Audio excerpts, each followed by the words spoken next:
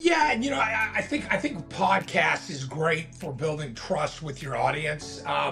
And I do a lot of content outside of even a podcast, like just video content, where we just talk real truths. I mean, I was predicting the iOS update before it hit. I was predicting app tracking data was gonna ruin data accuracy 6 months before they announced the iOS 14.5 update. We saw it coming. I mean, it's just, and you don't have to see around the corner. Some of this shit's just that obvious, but we're in a market of monkey see, monkey do. So really what we are at Specificity is, and I did some content on this early in our company, is we're the ones that'll yell the emperor has no clothes. We're not going to look at a naked guy that needs us to, help him in his delusion that he's got clothes on. We're going to say, man, that guy's naked. He's got a little wiener too. So yeah, I mean, it is what it is.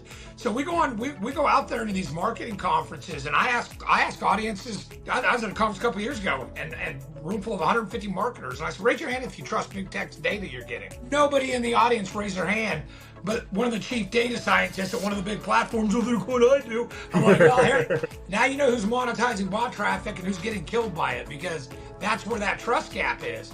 And we just tell it like it is. And I think authenticity comes through in a podcast in a casual format in a way that builds trust. And it makes you come across so much more relatable, because when you're just, like, for example, when I was looking at Specificity, there's a nice picture of you, and I read, the blog, but now people are seeing you, and they're seeing you in your natural habitat and how you speak and how you act, and they can relate to that, and that makes people trust so much more, I feel like. I think the days are gone where it's like you said, when you got the cameras, the makeup on, and you're there and you're saying whatever you said. Yeah. That's not building trust. People are not resonating with that anymore. People are resonating with real people and how they speak and act.